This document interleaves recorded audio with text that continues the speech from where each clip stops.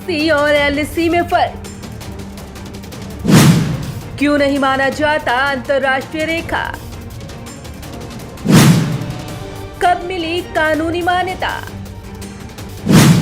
कहां है खतरा ज्यादा?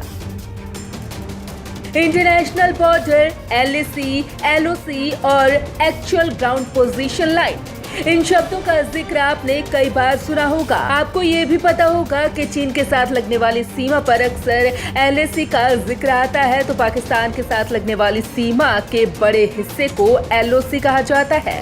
लेकिन क्या अब आप जानते हैं कि इनमें फर्क क्या है? अगर इसका जवाब ना है तो आपको बता दें कि एलएसी, एलओसी और इंटरनेशनल बॉर्डर का मतलब समझे बिना चीन व पाकिस्तान संग भारत के सीमा विवाद को नहीं समझा जा सकता। तो चलिए जानते हैं इनमें अंतर।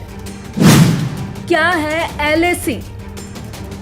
एलएसी यानी कि लाइन ऑफ एक्चुअल कंट्रोल, जिसे वास्तविक नियंत्रण रेखा भी कहा जाता है, ये चीन और भारत के बीच की सीमा है।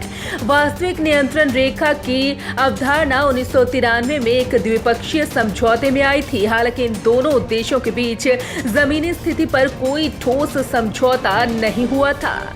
एलएसी भारतीय नियंत्रित क्षेत्र को चीनी नियंत्रित क्षेत्र से अलग करता है। ये एक बड़ा खाली क्षेत्र है और भारत और चीन की सेनाओं द्वारा लगभग 50 से 100 किलोमीटर की दूरी बनाए रखी जाती है। चीनी सरकार एलएसी को लगभग 2000 किलोमीटर मानती है, जबकि भारत एलएसी को 3488 किलोमीटर लंबा मानती है। एलएसी को 3 क्षेत्रों में विभाजित किया जाता है। लद्दाख में पश्चिम क्षेत्र, उत्तराखंड और हिमाचल प्रदेश में मध्य क्षेत्र और पूर्वी क्षेत्र, जो अरुणाचल प्रदेश और सिक्किम तक फैला है। किसे कहते हैं एलओसी? एलओसी यानी कि लाइन ऑफ कंट्रोल उस रेखा को कहते हैं जो सीमा रेखा भारत और पाकिस्तान के बीच होती है। इसके साथ ही इस क्षेत्र को सीज फायर क्षेत्र भी कहा जाता है। 1971 में भारत पाकिस्तान युद्ध के बाद दोनों देशों ने एक दूसरे की सीमा में जबरदस्ती घुसकर एक दूसरे की चौकियों पर कब्जा कर लिया था।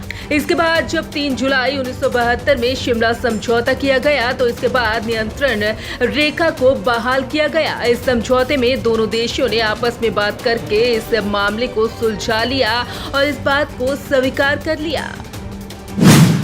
एलओसी और एलएसी में फर्क।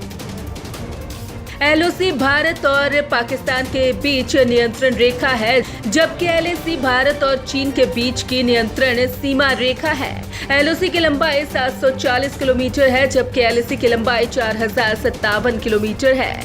एलओसी का विस्तार उत्तर से दक्षिण की ओर है और ये भारत के पश्चिम सीमा पर स्थित है। वहीं एलएसी का विस्तार भारत के पश्चिम से लेकर पूर्व तक है। ये भारत के उत्तरी सीमा पर स्थित है।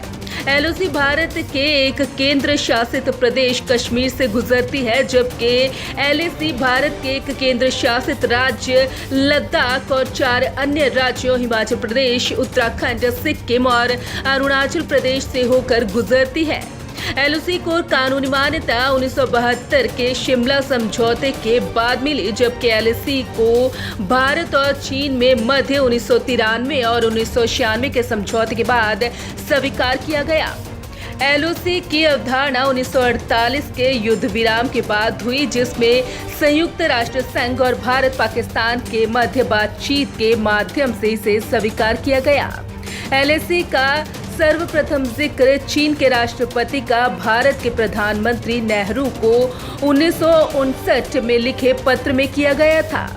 एलओसी दोनों सेनाओं के डीजीएमओज द्वारा हस्ताक्षरित नक्शे पर चित्रित किया जाता है और एक कानूनी समझौते की अंतर्राष्ट्रीय के रूप में इसे स्वीकार किया गया है।